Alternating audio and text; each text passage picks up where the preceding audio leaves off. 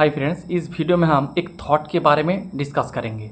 जो middle class जो public होता है, जो मिडिल क्लास जो पीपल होता है, उसका स्टॉक मार्केट के ऊपर क्या अप्रोच रहना चाहिए। मिडिल क्लास पीपल कैसे अपना स्टॉक मार्केट पे अपना वेल्थ कैसे बना सकते हैं, इस टॉपिक के ऊपर मैं इस वीडियो में थोड़ा बात करूँगा। फर्स्ट ऑफ ऑल, मैं भी एक मिडिल क्लास, मैं तो कहूँगा मैं एक लोअर मिडिल क्लास फैमिली से हूँ। तो इस तरह का सिचुएशन के थ्रू मैं भी जा रहा हूँ अभी।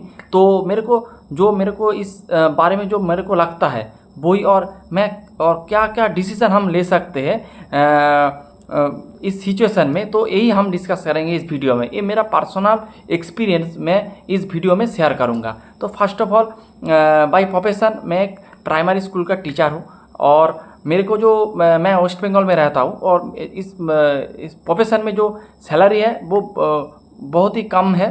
तो एक बात है, तो मैं खुद को एक लोअर मिडिल क्लास फैमिली का अंदर मैं खुद को रखता हूँ। ये फर्स्ट ऑफ ऑल है। तो इस वीडियो में हम वो अमीर लोगों का बात नहीं करेंगे, इस वीडियो में हम बात करेंगे जो मिडिल क्लास और लोअर मिडिल क्लास। तो अगर आप देखेंगे स्टॉक मार्केट करना जो अधिकार है सबको है।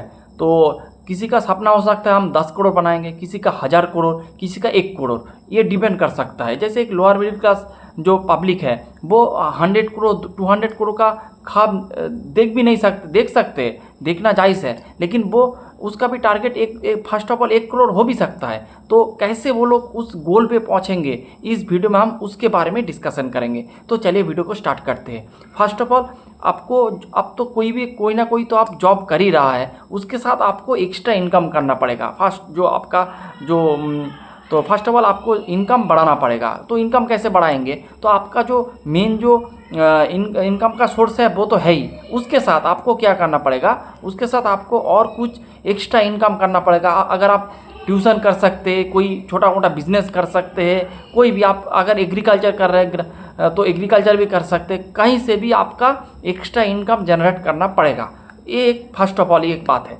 दूसरा है आपका सेविंग्स, आपको धीरे धीरे बढ़ाना पड़ेगा। कैसे आप सेविंग्स बचाएंगे, तो एक काट के बचाना पड़ेगा। काट के बचाने का मतलब होता है, तो इसमें थोड़ा बहुत आपको कंट्रोवर्सी हो सकता है।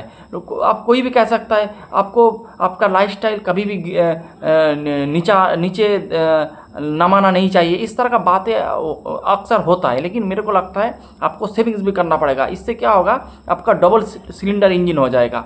फर्स्ट ऑफ ऑल, आप अपना एक्स्ट्रा इनकम बढ़ा रहा है, उसके साथ आप अपना सेविंग्स ज़्यादा कर रहा है, यानी खर्चा काट रहा है। कैसे खर्चा काटेंगे, जैसे कोई ट्रैवल वगैरह हम थोड़ा 2-5 साल के लिए रोक देंगे। फिर आप कुछ लोग के पास देखेंगे बैंक में 1 लाख रुपया नहीं है, EMI पे एक एप्पल का आईफोन लेके घूम रहा है। इस तरह का जो लाइफस्टाइल है, इसको आपको रोकना पड़ेगा। जो डेली लाइफ में जो आपको दरकार है, जो इम्पोर्टेंट है, वो तो आपको करना ही पड़ेगा। लेकिन इस तरह का जो शो ऑफ, जो आपको दिखाना का जो चीज़ है, वो आपको काटना पड़ेगा। जैसे आपको जहाँ बस के थ्रू, ट्रेन के थ्रू जा सकते हैं, वहाँ पे आपको पर्सनल कार करने का कोई ज़रूरत नहीं है। सपोज आप दिल्ली जा रहे हैं कोई काम के लिए, तो आप ट्रेन में भी जा सकते हैं, आपको फ्लाइट करने का कोई भी ज़रूरत नहीं है। इस तरह का बातें के ऊपर मैं बात कर रहा हूँ। ऐसा नहीं कि आपका कोई फादर या फिर मदर का कोई जो डिजीज़ वगैरह हुआ है, आप मेडिसिन नहीं खरीद रहे, इस तरह का बातें मैं नहीं कर रहा हूँ।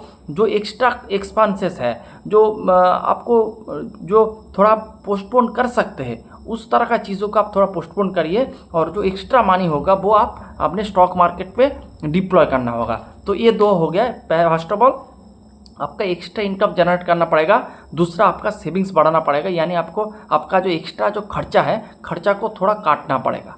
तो ये बात है। उसके बाद जो मेरे को सबसे आपको जो पहले जो दरकार है वो है आपका स्टॉक मार्केट के ऊपर नॉलेज। आपको स्टॉक मार्केट के ऊपर अच्छा खासा नॉलेज लेके आना पड़ेगा। अगर आपका स्टॉक मार्केट का नॉलेज नहीं है, आप इधर उधर मुंह मांग रहा है, इसका टिप्स ले रहा है, उसका टिप्स ले रहा है, तो इससे आपको कभी भी कुछ भी नहीं होगा। आपको इससे बेहतर है आप म्यूचुअल फंड करते। अगर आपको डायरेक्ट स्टॉक में खेलना है, तो आपको स्टॉक मार्केट के ऊपर नॉलेज आपको बढ़ाना पड़ेगा। धीरे धीरे बढ़ेगा, लेकिन आपको उस सेगमेंट में आपको लगे रहना पड़ेगा, और आपको धीरे धीरे स्टॉक मार्केट का तौर तरीका आपको सीखना पड़ेगा। एक बात है।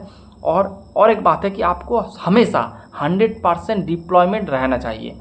और 100% डिप्लॉयमेंट का मतलब है आपके पास जो भी रुपया होगा, तो आप हमेशा आप इक्विटी में आपको इन्वेस्ट रहना पड़ेगा।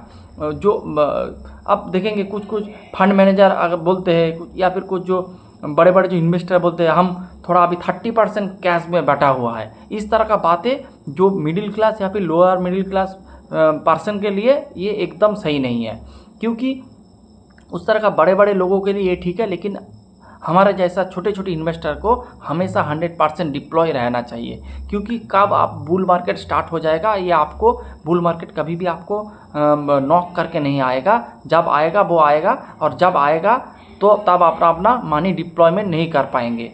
जैसे कोविड के बाद हुआ था, वो मेरा फर्स्ट जो बुल मार्केट था वो कोविड के बाद एक था, उसके बाद जो 23-24 में जो एक छोटा वाला बुल मार्केट हुआ था, जो सबसे बड़ा वाला बुल मार्केट मेरे टाइम पे मैंने 2017 से शेयर मार्केट में हूँ, तो 17 के लास्ट में से हूँ।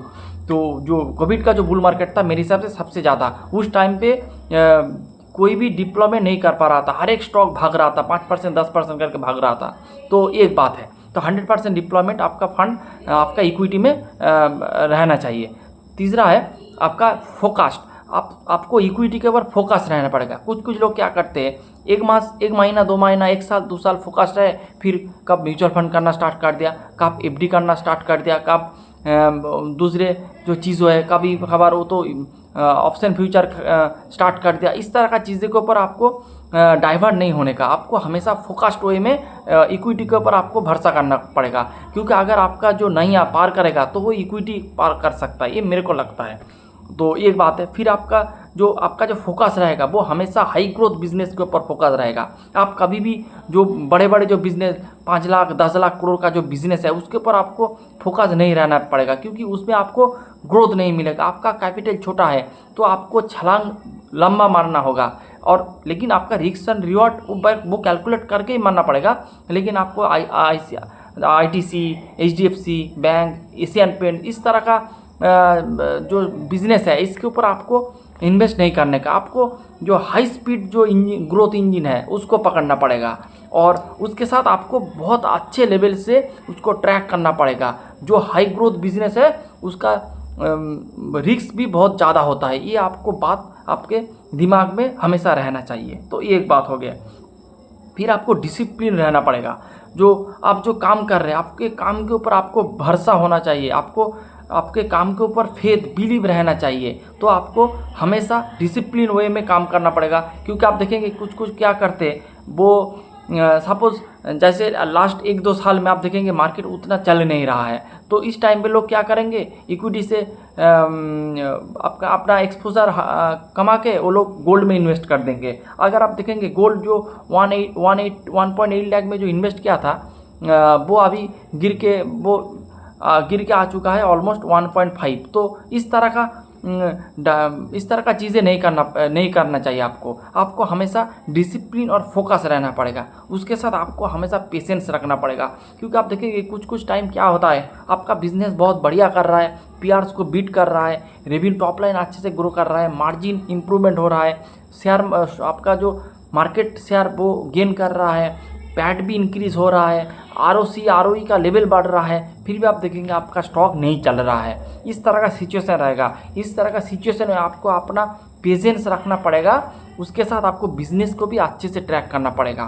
तो यही मेरे को 7-8 जो पॉइंट मेरे को लगता है एक मिडिल क्लास जो पीपल है, मिडिल क्लास जो पर्सन है उसको हमेशा फॉलो करना चाहिए। तो यही मेरे को लगता है, ये भी मेरा सिचुएशन है। और आपको कभी भी कोई अमाउंट आपको छोटा नहीं रखना चाहिए। आपका 1000, 2000, 4000 जो भी है वही आपको इक्विटी में इन्वेस्ट करना है, और हाई ग्रोथ और हाई कॉन्वेंशन जो बिजनेस है उसमें आपको डिप्लॉय करना चाहिए। तो इस तरह का अगर आप स्ट्रैटेजी लेंगे तो मेरे को लगता है नियर इन द फ्यूचर आपका अच्छे खासा वेल्थ बन जाएगा। लेकिन आपको 1 साल 2 साल में नहीं बनेगा, इसके लिए आपको थोड़ा लंबा लग सकता है। किसी को 5 साल भी लग सकता है, किसी को 7 साल लग सकता है, लेकिन हो जाएगा अगर आप डिसिप्लिन वे में आपको बिजनेस को ट्रैक करते हुए, मैनेजमेंट को सुनते हुए आप अपना अगर स्टॉक मार्केट का जाननी इसे आप चालू रखेंगे तो यही मेरा थॉट्स है इस टॉपिक के ऊपर। तो यही था आज का वीडियो। Thanks for watching.